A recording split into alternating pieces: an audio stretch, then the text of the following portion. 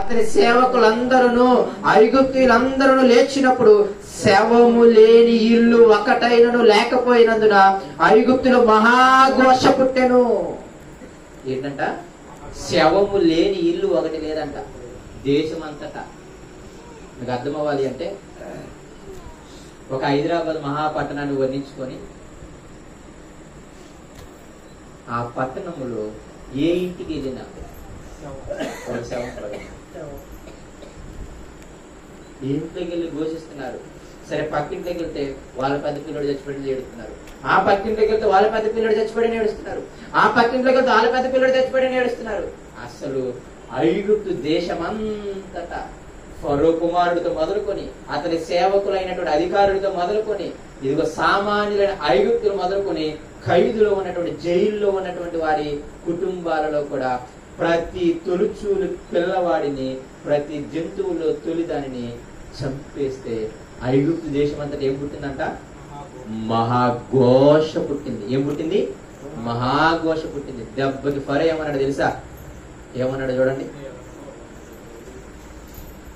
31వ వచనము. ఆ రాత్రి వేళ ఫరో మోషే అహరోనును పిలిపించి వారితో, మీరును ఇశ్రాయేలును లేచి నా ప్రజల మధ్య నుండి బయలువెళ్ళుడే. మీరు చెప్పినట్లు పోయి యెహోవాను సేవించుడి. మీరు చెప్పినట్లు మీ మందలను మీ పశువులను తీసుకొని పోవుడి. నన్ను మాత్రం దీవించండి అన్నాడు అన్నమాట. ఎంత చుక్కలు చూపించాడు చూడండి దేవుడు. 80 సంవత్సరాల ముసలోడు, గొర్రెలు కాచుకునేవాడు, ఒక కర్ర అట్టుకొని ఉన్నాడు అనమాట. ఎవరో మోషే గారు.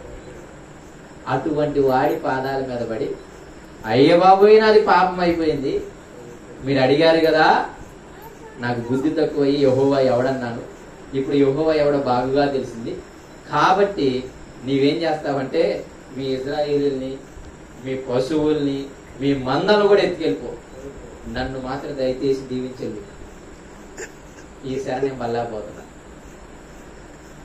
చుక్కలు చూపించాడు. కుటుంబాల్లో పెద్ద కుమారుడు చచ్చిపోతే ఎలా ఉంటుందో మీకు తెలియాలి. అంత ఈజీ కాదు. చేతికి అందించిన కొడుకు కుమార్తె చచ్చిపోతే ఎలా ఉంటది పరిస్థితి? ఆ రోజున ఎలా ఉంటది?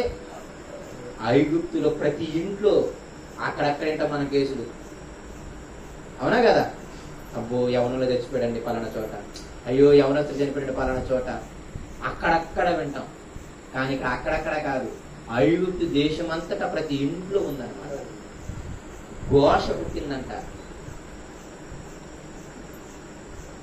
దేవుని యొక్క శక్తి సామర్థ్యాలు, అదే విధంగా ఆయన యొక్క బల ప్రభావము వాళ్ళకి అర్థమైంది. కింద సేవకులు కూడా ఏమంటారు చూడండి, 33వ వచనం చూడండి. ఐగుప్తులు ఏమన్నారు తెలుసా? మనమందరము చచ్చిన వారం అనుకొని తమ దేశంలో నుండి ప్రజలను